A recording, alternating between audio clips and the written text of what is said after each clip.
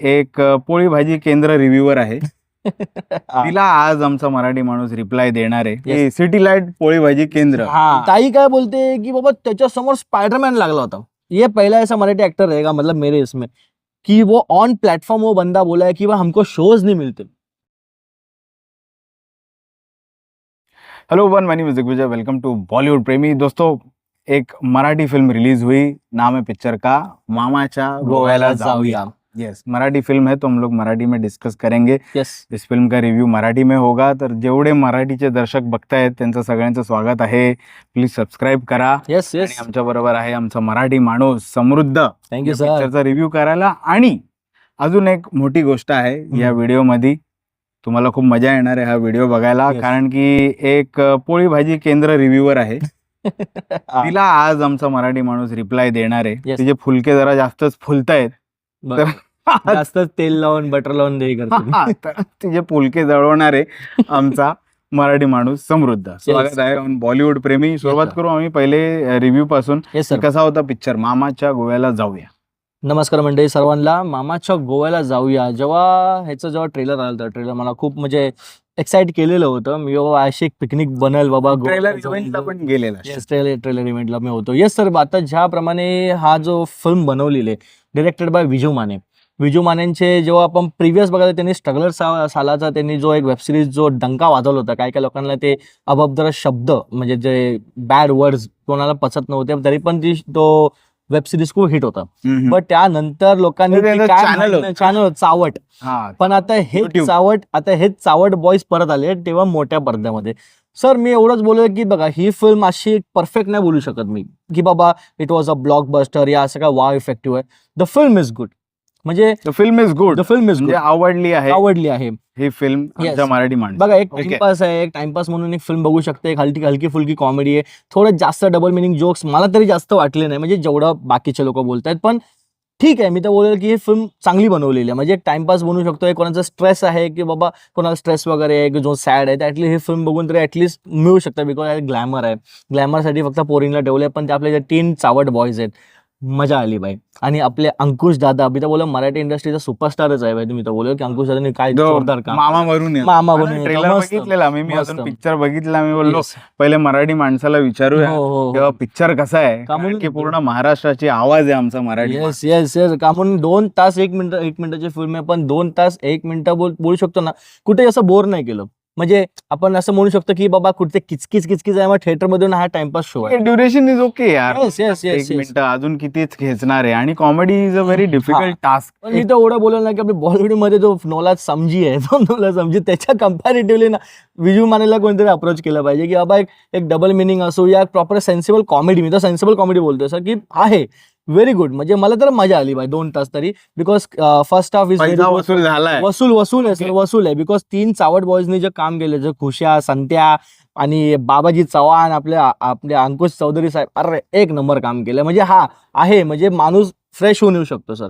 But आताचा जो मामला आहे तो खूप सिरियस मामला आहे. हा, कारण की मी बघा जास्त तर मराठी रिव्ह्युअर्सचे रिव्ह्यू बघत नाही. एकच आमच्या मराठी माणसाचा बघतो. पण मराठी माणसानी मला एकाचा रिव्ह्यू दाखवला, ती पोळी भाजी केंद्र, पण तिचं नाव काहीतरी वेगळं ठेवले.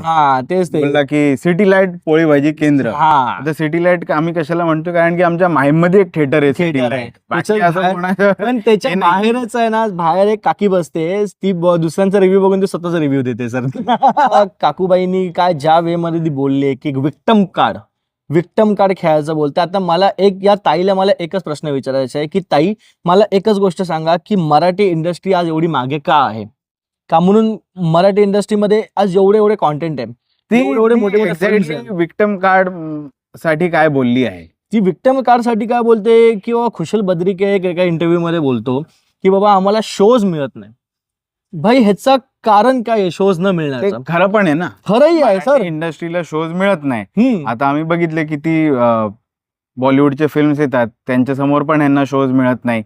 हॉलिवूडचे फिल्म्स येतात, त्यांच्या समोर पण नाही मिळत. म्हणून मराठी इंडस्ट्रीच्या लोकांनी आंदोलन पण केलेला पीव्हीआरच्या बाहेर येऊन. तो मी स्वतःनी कव्हर केलेला. त्याचा एडिट आमच्याकडून नाही झालं म्हणून आम्ही तुमच्यापर्यंत घेऊन नाही येऊ शकलो. पण त्याचा एक छोटासा जर फुटेज माझ्याकडे असेल तर तो नक्कीच दाखवीन तुम्हाला. पण ताई काय बोलते की बाबा त्याच्या समोर स्पायडरमॅन लागला होता.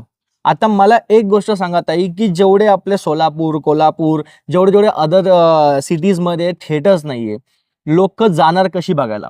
आता ताई काय आणि आपले ते कोल्हापूरचे पहिली जी ऑडियन्स आहे त्यांना माहितीये का की स्पायडरमॅन काय आहे?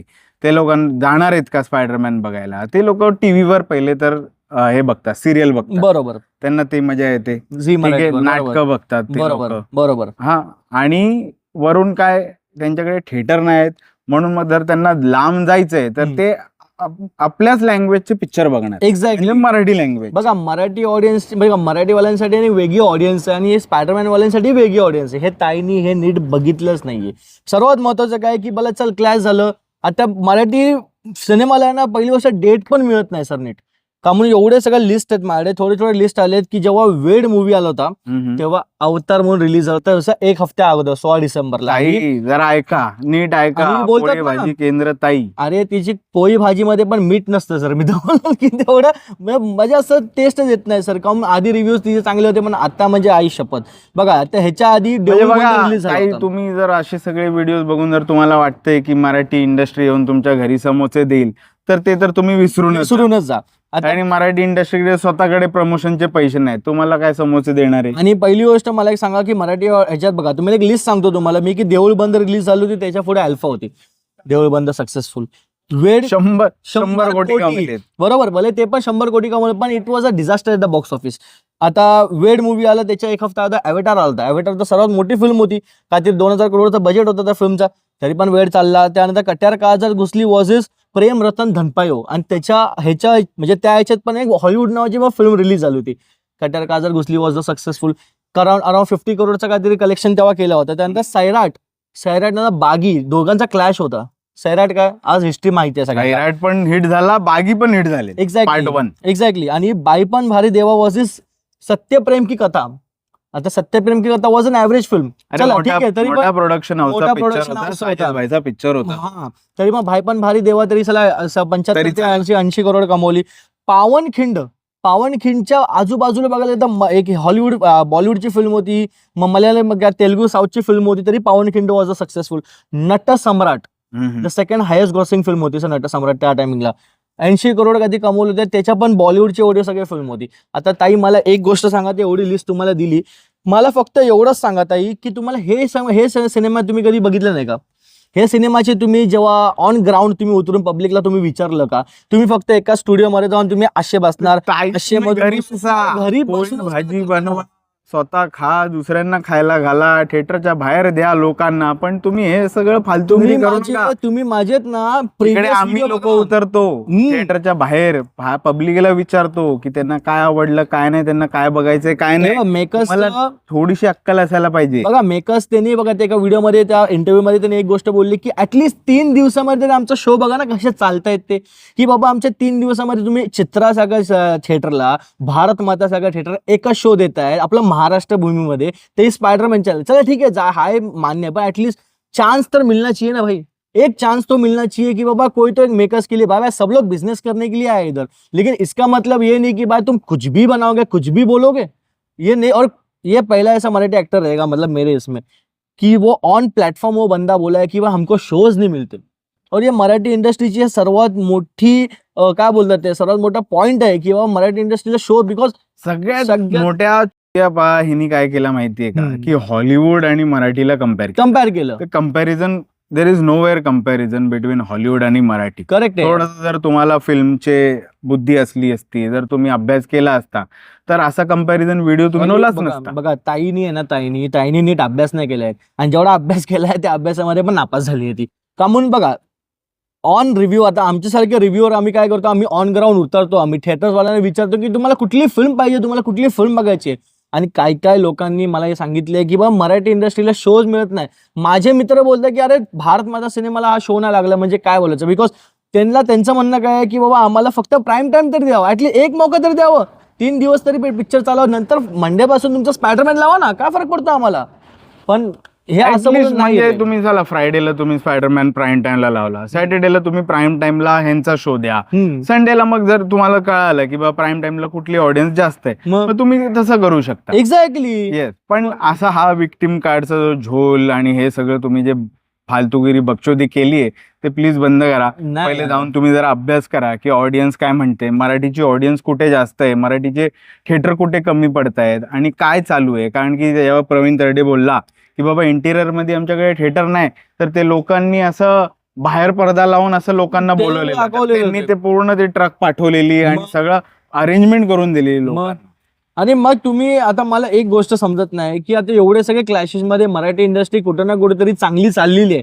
असंच नाही की मराठी पिक्चर नेहमी फ्लॉप होतात, असं तर नाही ना. बघा काय काय समजू शकतो आपल्याला की बाबा त्यांची मार्केटिंग नाही, त्यांना समोसा द्यायला पण पैसे नाही. पण जेव्हा कधी कधी काही गोष्टीमध्ये जेव्हा आपण मराठी फिल्म बघतो, त्यांची एक निश ऑडियन्स आहे मराठीवाल्यांची, जशी मल्याळम इंडस्ट्रीवाल्यांची पण वेगळी ऑडियन्स आहे की तिकडे जाऊन बघते, त्यांना त्यांचा अभिमान आहे. मग आपल्याला का ना अभिमान आहे त्याच्या? म्हणजे कसं झालं माहितीये का की मराठीवाल्यांचं आपल्या पण चूक आहे. हम्म, बघा जर तुमच्या पिक्चर एवढे चालतायत, हम्म, आता तर शिंदेचा पिक्चर आलेला हम्म, बाय पण भारी एवढा चालला, मग त्यानंतर त्या फावड्याचा पिक्चर तो घेऊन आला, हम्म. प्रमोशनच नाही केलं. मग ऍटलिस्ट तुम्ही बाहेर निघा, थोडं प्रमोट करा.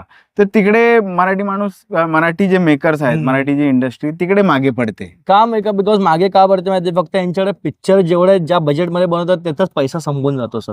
पण ह्यांच्याकडे बाकी PR स्ट्रॅटेजीज, जे बाकीचे जे मार्केटिंग स्ट्रॅटेजीज आहेत ते करत नाही. ऍटलिस्ट ऍक्टरनी बाहेर पडून आहे ना हम्म. प्रमोट करायला पाहिजे. हम्म. आता जेवढे आता ताई पोळी भाजीवाली बसते, किती लोक आहेत जे फक्त मराठी रिव्ह्यू करतायत, हो. त्यांच्याकडे जाऊन तुम्ही ऍटलिस्ट प्रमोट तरी करा तुमचा पिक्चर. आणि सर्वात महत्वाचं काय, आमच्यासारखे रिव्ह्युअर्स कडे तुम्ही अजिबात येत नाही. सर्वात महत्वाचं, आम्ही जीव तोडून आम्ही बोलतो की बाबा आम्हाला मराठी इंडस्ट्रीला एक पॅन इंडिया लेवलला बघायचं आहे. आयुष्य आमच्या लावलंय वेळेला आम्ही, मुलं आम्ही. पूर्ण आयुष्य लावलंय अख्खं आयुष्य फक्त लावलंय. पिक्चर बद्दल बोलायला. बस त्यांच्याकडे येत नाही, हा, तुम्ही दुसऱ्यांकडे जाता. तुम्ही ते इंस्टाग्रामचे तुम्ही ते- क्रिएटर्स, हे पोळी भाजी आणि हे जे इंस्टाग्राम वाल्यांची ऑडियन्स कधी तुमचं तिकीट घेणार नाही. नाही. ती फ्री ऑडियन्स आहे, एक्झॅक्टली. त्यांना मेहनत नाही करायची. तुमचं रील आला, ते बघितलं आणि गेले, तुम्ही विसरले जाता. आणि सर्वात महत्वाची गोष्ट काय, तर ताई आता ही ताई काय बोलते मध्ये, काकूबाई काय बोलते की तिकीट रेट्सच्या हिशोबात जेव्हा कुशल बद्रिके बोलतो की यांचे तिकीट 700 ते 1000 रुपये तिकीटचं.